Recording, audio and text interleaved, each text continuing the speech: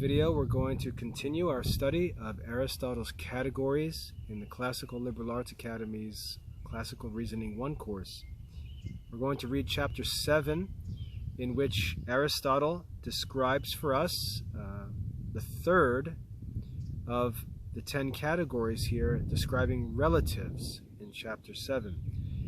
I should say that normally relatives are listed fourth among the 10 categories, but I think Aristotle treats relatives third here because he spent some time talking about them in chapter 6, and so it would make more sense that he would move now into relatives in chapter 7, since he's already gotten that discussion started. So this is a lengthy chapter. I'm going to read through it pretty quickly to help you get through your first reading. So let's read together chapter 7 of Aristotle's categories on relatives. Those things are said to be relatives that are said to be that which they are from belonging to other things. Those things are said to be relatives that are said to be that which they are from belonging to other things, or in whatever other way they may be referred to something else. Thus, the greater is that which is by being so called with reference to something else, for it is said to be greater than a certain thing. And the double is that which it is by being so called with reference to something else, for it is said to be the double of a certain thing. And in similar manner with respect to other things of this kind, other relatives. Such things, however, are among the number of relatives, such as habit, disposition, sense, science, and position. For all that we have enumerated here are that which they are, by being so called from belonging to other things, or in whatever other manner they may be referred to something else, nor are they anything else. For habit is said to be the habit of someone. Science is said to be the science of something. Position is said to be the position of something. And in a similar manner with respect to other things.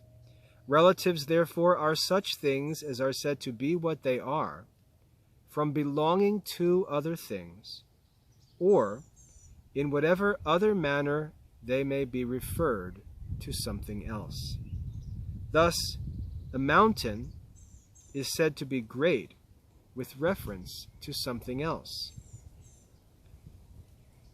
For with relation to something, the mountain is said to be great. The similar also is said to be similar to something. And other things of this kind are in like manner said to be what they are with relation to something. Reclining, however, standing still, and sitting are certain positions, and position is among the number of relatives.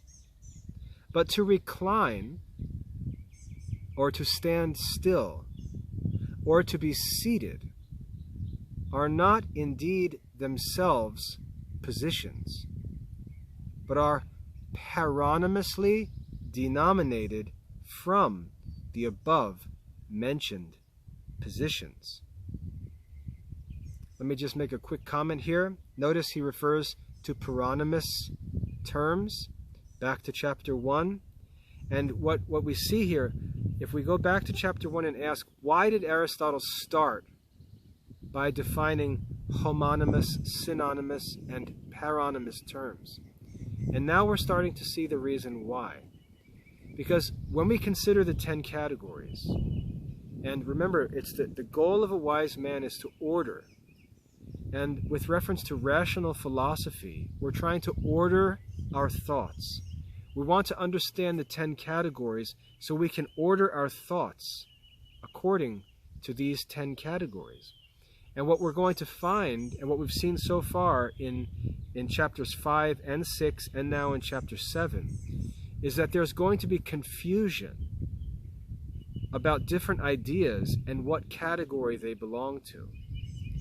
For example, we saw in chapter 6 that Aristotle said that some consider much and few to be quantities, but really they're relatives, and he explains why.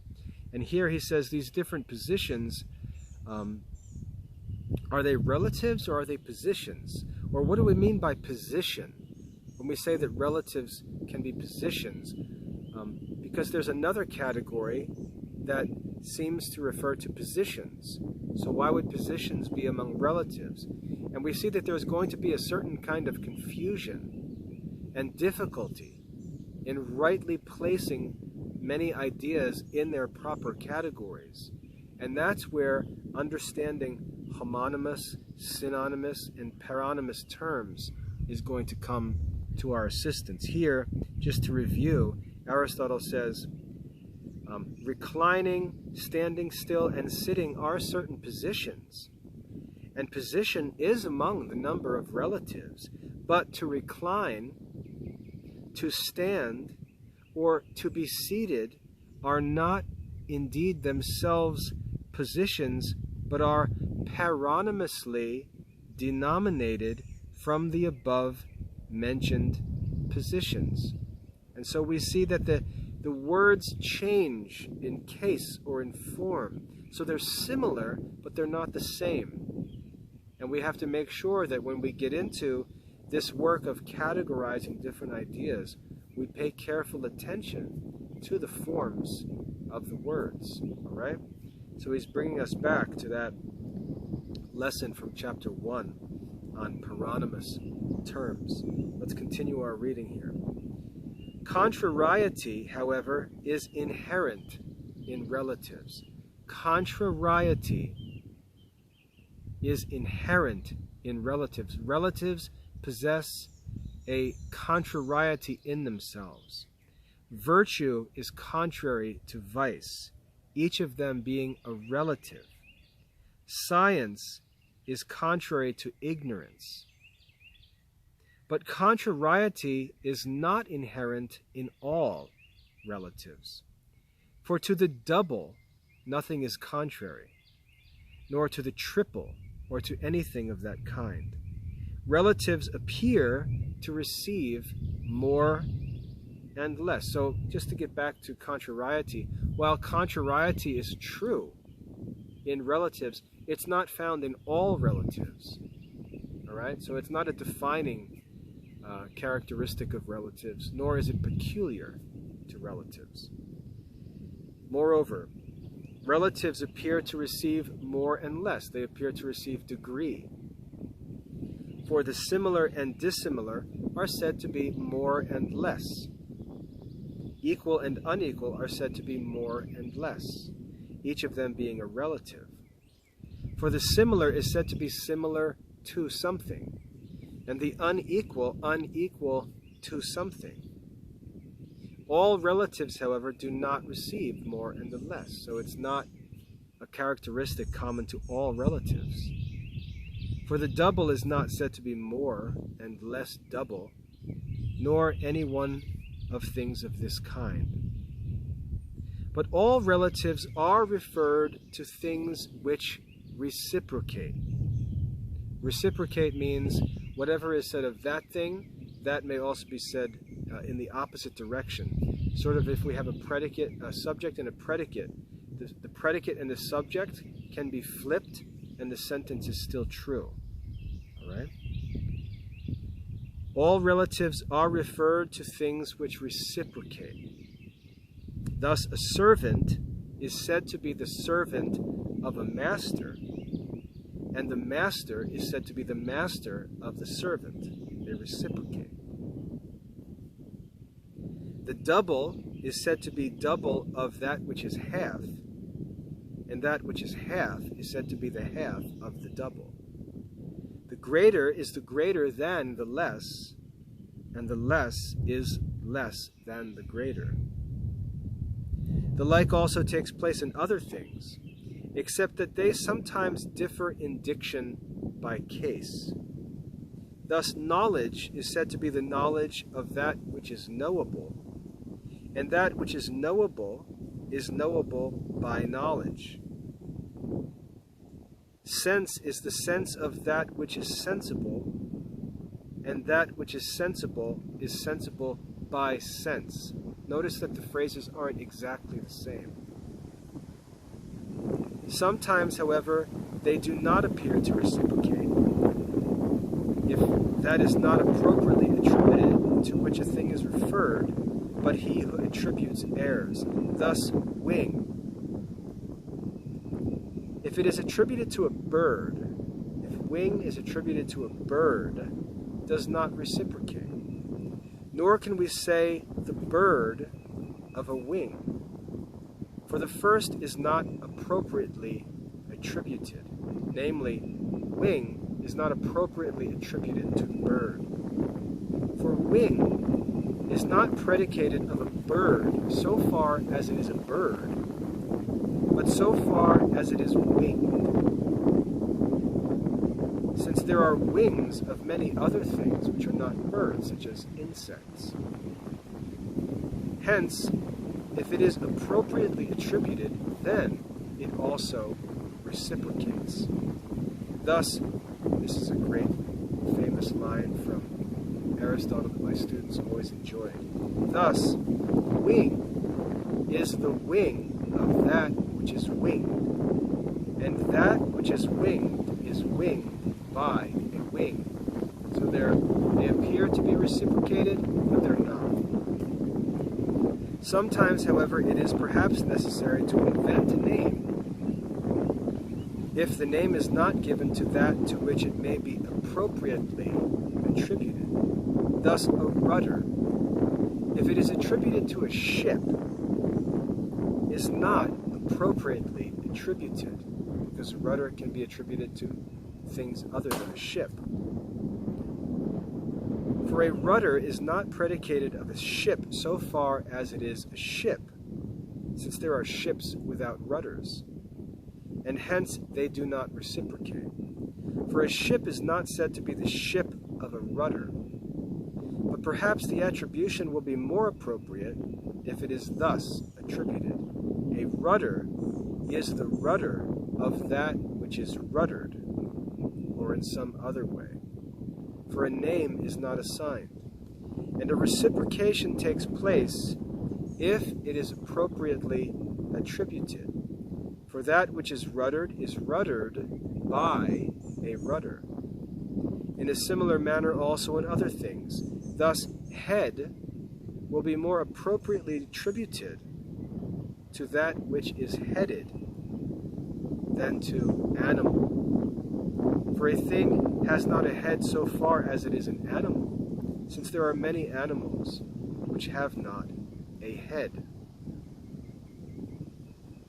And perhaps someone may thus easily assume those things to which a name is not given, if from those things which are first, he assigns names to those also with which they reciprocate, as in the instances above adduced from wing, winged, and from rudder, ruddered. All relatives, therefore, if they are appropriately attributed, are referred to things with which they reciprocate. For if they should be attributed to anything casual, and not to the things to which they are truly referred, they will not reciprocate. But I say that neither will any one of things which are acknowledged to be referred to things which reciprocate, though names are assigned to them, reciprocate, if it is attributed to anything accidental, and not to that which it is truly referred. Thus, a servant, if he is not attributed as the servant of a master, but of a man, or of a biped, or anything else of this kind, servant will not reciprocate, for the attribution is not appropriate. In other words, what he's saying here is that we have to be careful when we say that all relatives reciprocate, because if we use reciprocation as a test, it may appear at times that things don't reciprocate, and therefore they're not relatives when in fact they are, but we've simply applied the relative term to the wrong subject. Okay, so for example, if I were to say, is winged relative? And I would say, okay, a bird is winged. Is a winged thing a bird? No. Therefore, they're not relatives. They don't reciprocate. But that, Aristotle's explaining, you've erred in that the sentence that you made saying a bird is winged was actually not appropriate. The truth is a winged animal is winged, or a winged thing is winged. And there will produce reciprocation to show us that it is a relative. Okay?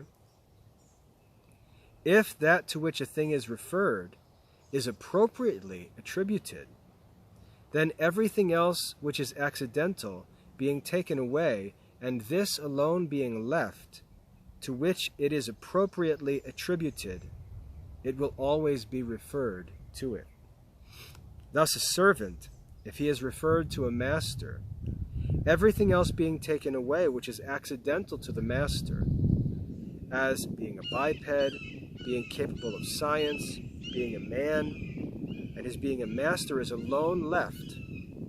In this case, the servant will always be referred to him, and they will reciprocate. For a servant is said to be the servant of a master. But if that to which it is at any time referred is not appropriately attributed, other things being taken away, and that alone being left, to which it is attributed, in this case, it will not be referred to it. Sorry, there's a lot of noise here because we've got crows and hawks fighting up in the trees. I'll read that last sentence again. If that to which it is at any time referred is not appropriately attributed, other things being taken away, and that being left alone, to which it is attributed, in this case, it will not be referred to it. For let a servant be referred to a man, and a wing to a bird, and let the being a master be taken away from man. Servant will no longer be referred to man. Since master not existing, neither does servant exist. In a similar manner also, let the being winged be taken away from bird, and wing will no longer be in the number of relatives. For that which is winged, not existing, neither will wing be the wing of anything. Hence, it is necessary to attribute that to which a thing is appropriately referred. And if indeed a name is assigned, the attribution becomes easy. But if it is not assigned, it is perhaps necessary for us to invent a name. But being thus attributed, it is evident that all relatives are referred to things which reciprocate. So, just to summarize and clarify that confusing passage with the birds here not helping us much. As I said, that page there in Aristotle's categories talking about relatives and proper attribution of relatives to the things which they refer, all that Aristotle's saying there, it's really a very simple concept. When we're trying to figure out if something is a relative, one of the ways that we can test it is by naming the relative, then naming that to which it refers, and asking if they reciprocate. That is, if they work in both directions. If they do, then we know that they're relatives. But the problem is that we may say something where we inappropriately attribute the relative to something else, and then they don't reciprocate. And we falsely conclude that it's not a relative when it is a relative, but we related it to the wrong object and created the lack of reciprocity. I know that's maybe too big of a word, but if we don't attribute the relative to the proper object, we'll cause it to appear to not be a relative, when in fact it is a relative. So we have to be careful that we don't inappropriately attribute or compare the relative to that which it refers and make a mistake in that comparison. So it's a warning for us to be careful when considering relatives, right? Relatives, however, appear to be naturally simultaneous, and in most of them it is true that they are. For the double and the half are simultaneously, they're true at the same time. The double and the half are simultaneously, the half existing, the double is also existing. The master existing, the servant is also existing. The servant existing, the master is. Other things also are similar to these. These likewise co-subvert each other. Co-subvert. If the double does not exist, then the half also cannot exist. If the half does not exist, then the double does not exist. The like also takes place in other things which are of this kind. It does not, however, seem to be true of all relatives that they co-subvert, or that they are simultaneous in nature. For the object of science may appear to be prior to science, since for the most part things pre-existing, we obtain sciences of them. The science comes after the object of the science, and yet these are relatives. For in few things or in nothing can anyone see science originating together with the object of that science. Farther still, the object of science being subverted co-subverts science. But science does not co-subvert the object of the science. For the object of science not existing, science is not. But science not existing, nothing hinders but that the object of the science may exist. Thus, in the quadrature of the circle, if it is an object of scientific knowledge, the science of it does not yet exist, though it is itself an object of science. Again, animal being taken away, there will be no science. But it will happen that there will be many objects of scientific knowledge. Things also pertaining to sense subsist similarly to these, since the sensible also appears to be prior to the sense of that sensible thing. For the sensible, being subverted, co-subverts sense, but sense does not co-subvert what is sensible. For the senses are conversant with body and are in body, but the sensible, being subverted, body is also subverted, since body is among the number of sensibles. And body not existing, sense also is subverted. Hence, the sensible co-subverts sense. But sense does not co-subvert the sensible. For animal being subverted, sense indeed is subverted. But there will still be the sensible, such for instance as body, the hot, the sweet, the bitter, and all such other things as are sensible. Farther still, sense is produced together with that which is sensitive. For at one and the same time, animal and sense are produced. But the sensible is prior to the existence of animal or sense. For fire and water and things of this kind, from which the animal consists, that is, the elements of nature, fire, water, air, and earth. Fire and water and things of this kind from which the animal consists are in short prior to the existence of animal or sense, so that the sensible will appear to be prior to sense. It is, however, dubious or doubtful, whether no essence is among the number of things which are relatives, as seems to be the case, or whether this happens in certain secondary substances. For it is true indeed in first substances, since neither the wholes nor the parts of first essences are relatives.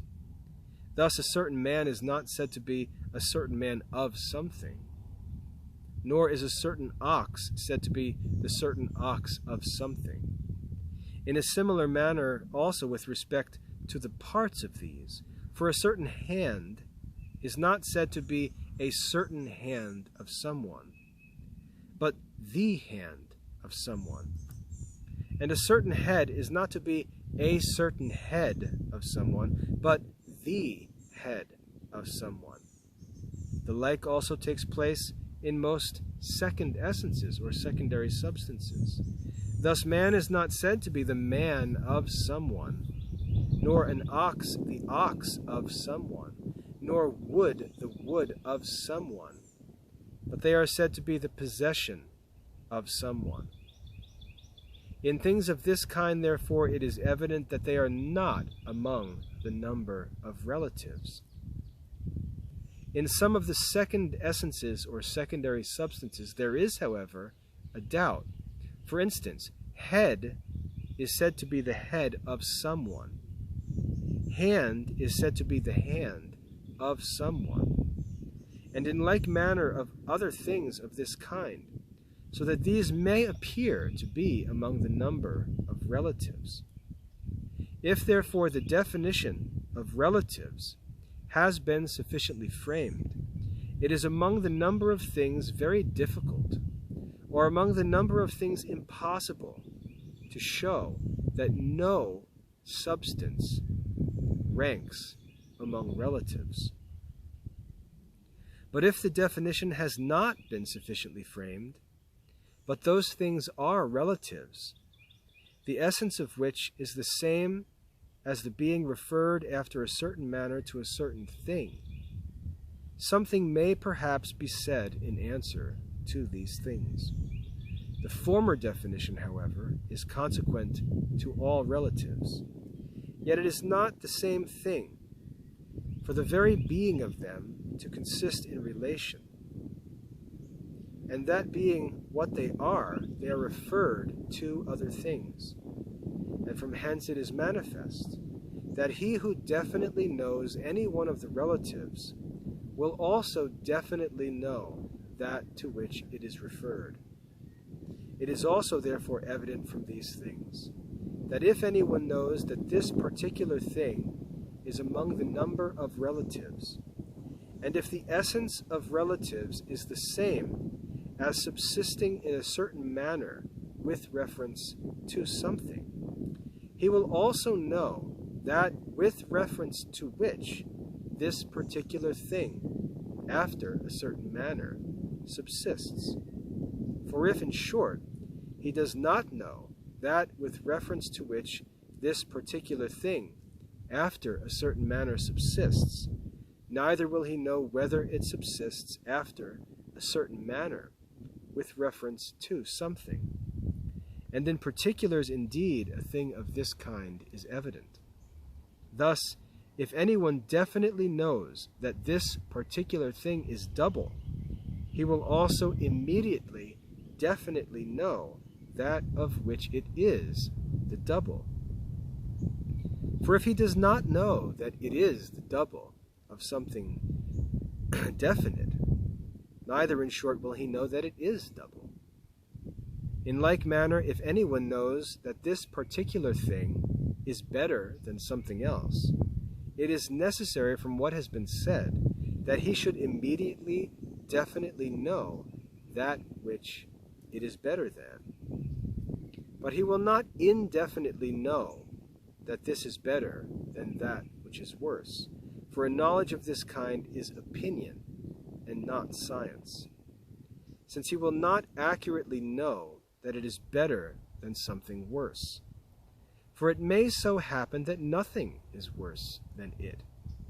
Hence, it is evidently necessary that he who definitely knows any relative should also definitely know that to which it is referred. It is possible, however, definitely to know what the head and the hand are, and everything of this kind, which are essences, but it is not necessary to know that to which they are referred. For it is not necessary to know definitely of whom this is the head, for it is not necessary to know definitely of whom this is the head, or of whom this is the hand. And hence these things will not be among the number of relatives. But if these are not among the number of relatives, it will be true to say that no essence is a relative. Perhaps, however, it is difficult for him to assert anything very clear about things of this kind, who has not made them the subject of frequent consideration. And to have doubted about each of these is not useless. And this is the end of chapter 7. Now I know that that's a very difficult chapter to follow. It's a very difficult chapter, but again, just as we've seen in previous chapters, the difficulty is not caused by the content itself, or what is necessary, the positive teaching of Aristotle in the chapter. What's difficult is that Aristotle often goes on digressions to address issues or questions or complications that cause some confusion.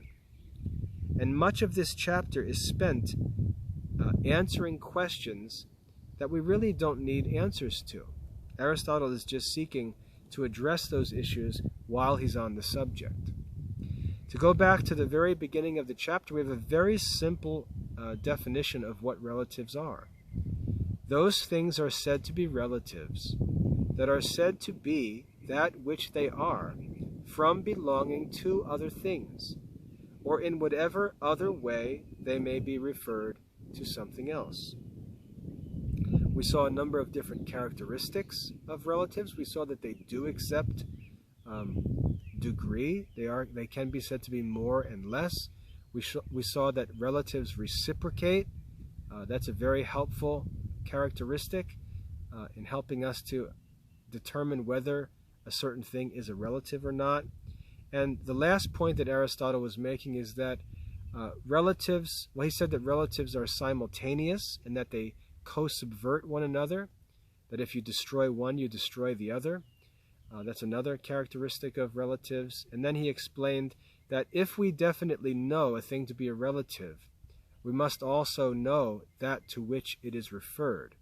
And when we have that knowledge, we can be certain that we've identified a relative. So, being able to identify both the relative and that to which it is referred, seeing that they reciprocate, seeing that most of them do admit of degree, that they're simultaneously, that they co-subvert one another, those criteria give us a good sense of whether or not a thing is a relative, and that's really the point of chapter 7, to know what a relative is and how we can identify relatives.